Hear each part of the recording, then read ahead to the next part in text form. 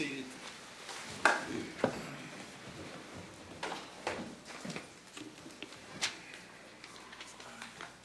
Council 444, we're back on the record in the matter of Julia Watts Gordon, Family Court Judge, 6th Judicial Circuit, the Judicial Conduct Commission. Are we prepared for closings? Yes, sir. Yes, sir. Okay, and then I understand we have some level of agreement as to some of the charges and disposition of some of the charges. Correct, Mr. Chairman. Yeah, Well, once you go. through consultation with Mr. Westbury, we will be presenting a copy of the set of charges annotated, and highlighted in orange will be those specific allegations that we did not present any evidence on, not because I did not believe I had probable cause on behalf of the commission to bring those charges, but because of two factors. One is trying to be efficient and respectful of your time and focusing on what we believe are important charges.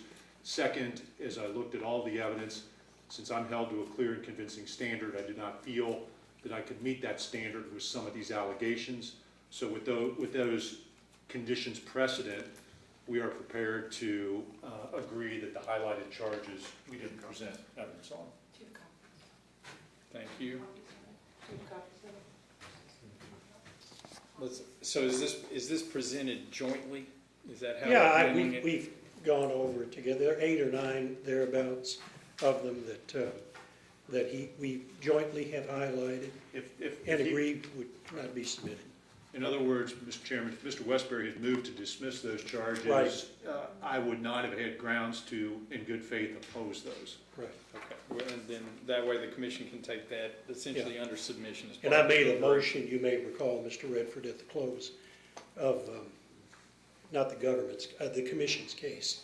And we decided to handle it this way. Yes, sir. So we have exhibits numbered 1 through whatever for the commission, and we have exhibit number 1 for Judge Gordon. Shall we mark this joint exhibit number 1 for purposes of the record?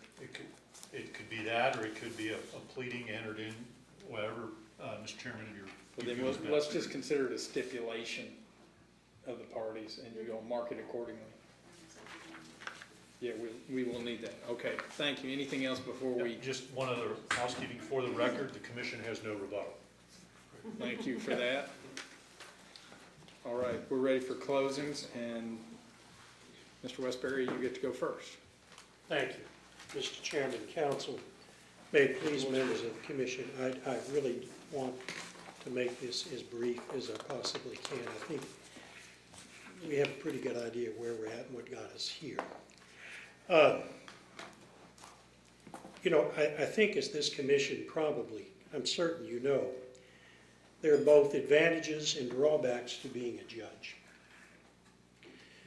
In this very proceeding, for example, the chair kindly accommodated the schedule of Judge Jay Wethington. We took him out of order because, well, he is a judge. The reality, I think, is that people respect and appreciate that judges serve the public. And as a result, I think it goes without saying, people sometimes are very solicitous to members of the bench, to the judiciary. But an act of courtesy standing by itself, I would suggest, does not by itself imply an ethical violation. That to be clear. And I hope this has been clear from the time of at least our involvement on behalf of Judge Gordon. There are problems with her involvement in her son's criminal proceedings. Through inexperience, just a fundamental misunderstanding of what she could or could not do. I want to make that fundamentally clear. That's our position. I don't want to go through canon by canon with you. I have a pretty good idea you know the canons better than I. But I would ask you to consider this. We have a mechanism in place. Should you allow her to go back on the bench, we have a mechanism in place, not just her husband, Sam, who will step in and become more involved in in the son's criminal proceeding, heaven forbid there are more. And quite frankly, I don't know that we can rule it out with all that we know. But also, I would reference the testimony of Judge Fitzgerald. You know, she brings a lot of experience in family law to this Commonwealth. She has offered to act as a mentor, if you will, for Judge Gordon going forward. Judge Fitzgerald told the commission she's done it before. She has experience in doing this. One of the problems I would submit is that we had a young judge thrown into an extremely busy docket. I don't need to repeat this. It was almost a recipe for some mistakes being made. I would respectfully suggest that what we called the mistakes, the attempted to the $15 fine on cabinet workers, the drug testing, those were very, very limited in terms of the times in which they have. I think one occasion, at most two. I can't remember at all. She corrected those instantly. Those are not ethical violations, I would respectfully suggest to you. What do we know about some of the... Heavens, we listened to a lot of text exchanges, phone calls on a recorded line with the jail. We saw a video played with Judge Burlew, Public Defender Heather Blackburn, Mr. Porter, regarding one of Dalton's cases. But I'd ask you to consider this. I get it, that Judge Gordon gets it. It certainly raises at least the appearance of impropriety. The point is this. It was a tape. It was not sworn testimony from Judge Burlew, in contrast to the testimony of Judge Gordon, who said she didn't recall anything like a 45-minute conversation. She did concede that he had called her on the phone. You remember that incident, put Dalton on the line. Certainly, with the benefit of hindsight, that should not have happened. She did concede there was a strong likelihood, I think, that she could have seen Judge Burlew maybe in the hallway at the Holbrook Judicial Center, maybe on the one elevator in the building. But she said she had absolutely no recollection of a 45-minute call or meeting of some kind with Judge Burlew. Judge Burlew was not called as a witness. Okay? That, respectfully, is not her burden. So I offer you that. That's what we know. There's much, perhaps, that we don't know. The signature, Judge Burlew made the remark, I recognize your mother's signature. Okay. What was that on? I don't know that we know. Do we? It could have been the signature that I understand a victim in a situation like that would sign. Perhaps Judge Gordon, the mother of Dalton. Was it some bond recommendations? Was it something else? All respect, I ask us not to speculate without the kind of proof that, to Mr. Mando, in his credit, indicates that he has to have to have that kind of conduct rise to an ethical violation. Likewise, the phones. I mean, I'm still kind of confused about the deletion. But I don't know that we have all of the answers to really what went on in that situation. I just respectfully suggest to you that what we've got here was a young judge with a horrific family situation. She did the best she could. She certainly made mistakes. At the time this was going on with her family, starting a family court essentially from scratch. in a very, very, very busy docket. I hope you don't think that she is not redeemable. Okay? I really hope and pray that you think there's some path forward for her that will allow her to get back on the bench. And the obvious reference we make is not only her husband's involvement with Dalton, but the mentorship that was offered again by Judge Fitzgerald. It's not like every part of her life and her service on the bench was problematic or wrong. We introduced as the only exhibit that we put into evidence the implementation site report from the National Council of Juvenile and Family Court Judges. Judge Fitzgerald took quite a bit of time going through that report.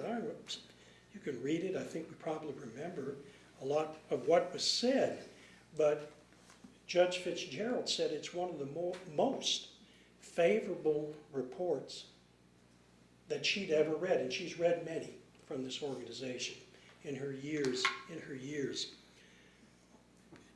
studying, training, and serving as a family court judge. So I think there's so much about her ability that has potential. She just needs some guidance. We need to have a mechanism in place for these problems with her son so that they don't keep reoccurring. I respectfully suggest to you that has been presented. The jail recordings, sure, the perception, we get that. Now, for whatever it's worth, those recordings between the judge and her son were never intended to be public, right? I mean, we know it's on a recorded line, never anticipate somebody would get their hands on it. So whether the public would necessarily know about them, remains to be seen. That's just another factor perhaps worth some consideration.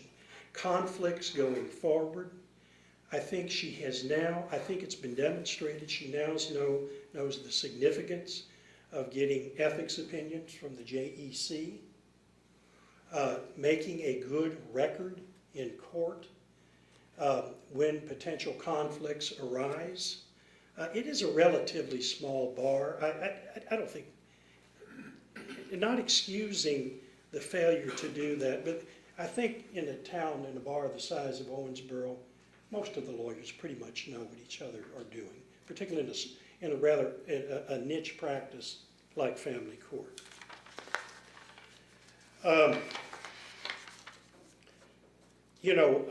What are her rights as a victim? I don't know. Marcy's Law, we mentioned that just to preserve the issue, nothing more. To the best of our knowledge, it's an issue of first impression. I'm not particularly personally a fan of Marcy's Law. I think it poses, my biggest problem with it, it poses a burden on prosecutors, I bet, they just as much like to avoid. But for now, until the Supreme Court tells us otherwise, it's still a law that has some applicability. I offer you that. I'm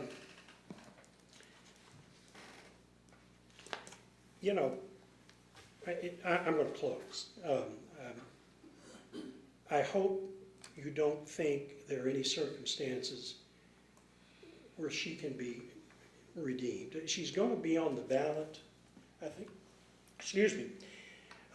in a contested primary in about 5-6 weeks, okay?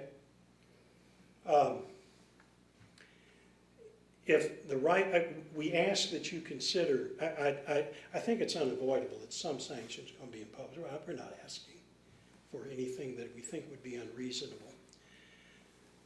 But all the circumstances, an otherwise solid performing judge who made some mistakes in allowing problems in her personal life to at least create the possibility of the appearance of impropriety, their duties as a judge, there's got to be some way, I would suggest, that we can allow her to go forward. I've been practicing about 41 years. I will tell you, I've seen just about everything, okay? This is hardly one of the worst. This is redeemable. This is salvageable. I think we're talking about, at her core, a good person. I think you've heard that. A person with good intentions, misguided perhaps, but I do think, with the grace of this commission, there's a path forward. That's all I have. We really appreciate your time. Thank you. Thank you, Mr. Westbury. Mr. Mando? Thank you. Mr. Westbury, Judge Gordon, members of the commission. I think this proceeding established some things that are common knowledge, but bear import and bear emphasis. The judges in this state are overworked. The judges in this state are overpaid. The judges in this state are forced to make difficult decisions every day. And no more so than in family court. They have to see things, experience trauma no other people do. But judges know that going in. They make that sacrifice. They go in eyes wide open because they believe in the cause. They believe in the importance of public service and the fair administration of justice. And they state their beliefs in that by taking an oath and saying they will abide by the canons. I believe that when Judge Gordon took that oath, she meant it. I believe that she truly cares about the families, the parents, the children, the people that come before her. I've never questioned her motive in that regard. But what unfortunately happened is she allowed outside influences, outside events, to affect her behavior. Every judge has family. Every judge has had a problem or personal loss in their life. But they keep their nose to the grindstone. They remember the oath they took, and they do their best to abide by those canons, because our system depends on it. With Judge Gordon, that somewhere got lost along the way. And from the evidence that we presented to you, and I think in a fairly clear and convincing fashion, it wasn't a question of whether she stepped over the line once or whether the lines were blurred. She blew right through them. Now, was she doing it because she loved her son, because she cared for her family? I believe that was the case. She's a mom. I get it. But when you take that oath, you have to be aware that you can't do that. She used her influence as the family court judge to try and impact what was going on with Dalton's criminal cases. And she did it repeatedly over the course of years. You've seen the hundreds of text messages with the county attorney. You've seen the hundreds of text messages with Clay Wilkie.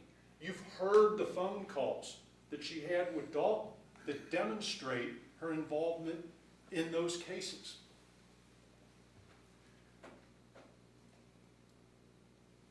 On top of that,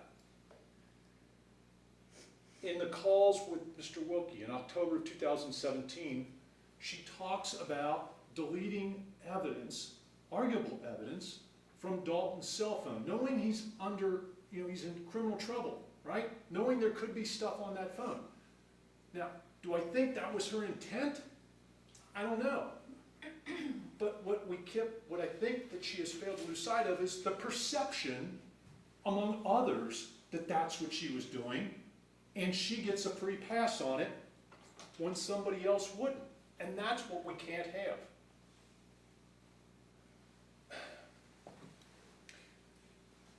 We've also got the situation with Judge Berlew in the March 6th hearing. And while I want to believe Judge Gordon, and while I normally would think that her acts of contrition before this commission should bear significant weight, what troubles me the most is her lack of candor. You know, she said she didn't have this call with Judge Berlew, that there was no 45-minute meeting with him. But everything says that's not true. The tape itself, Judge Berlew says, I met with your mom this morning, 45 minutes, spoke with her. The handwriting on the document that was referenced when he asked about whether or not you recognized, Dalton, whether he recognized the handwriting. But the other thing that seals it is, remember the call the day before, March 5th, 2020, she had a call with Dalton when she was talking about Judge Berlew. And the clear implications from that call is she has already talked to him. And her failure to come in here and say, yeah, I did it. That was a mistake. I was acting out of my love for my son. That troubles me. That troubles me.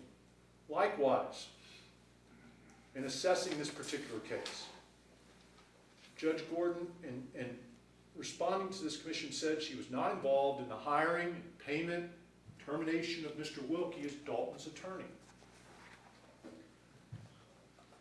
I just don't think that's true, as much as I hate to say it, as much as I hate to conclude it. The phone calls you heard where she talked about paying hundreds of dollars, thousands of dollars to Mr. Wilkie. Then that text message that we found that was on there with Mr. Wilkie, where she was talking about cash, all in caps, that Dalton was going to get, and then hand over to Mr. Wilkie. I have trouble with that. And so when someone is before you asking to, be saved because I have good qualities. And again, I don't dispute, she is a qualified, competent judge in the courtroom. But there's a problem when you're not candid with this commission. And those are just two examples of things that concern me that I heard from the evidence.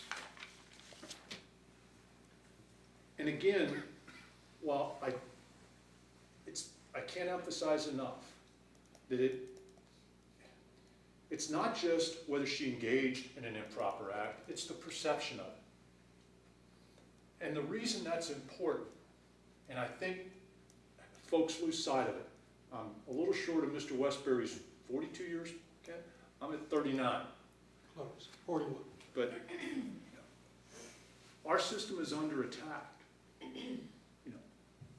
I hear people all the time labeling judges as Republican or Democrat, as if that's going to govern how they're going to decide a case. And I have, especially as I've gotten older, when I hear people do it, I call them on it. I stop them on it.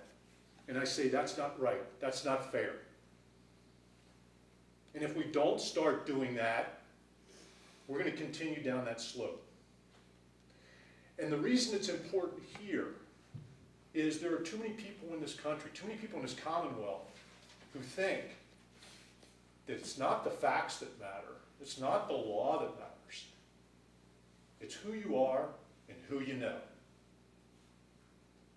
And anybody looking at the facts of this case, these text messages with Mr. Wilkie, these text messages with Claude Porter, this tape of this conversation meeting with Judge Berlew, would only conclude that Dalton's getting a good deal because of who Judge Gordon is and who she knows. And we cannot condone that. Our system, our bedrock principle of justice being blind is totally undermined if there's not a consequence for those types of actions.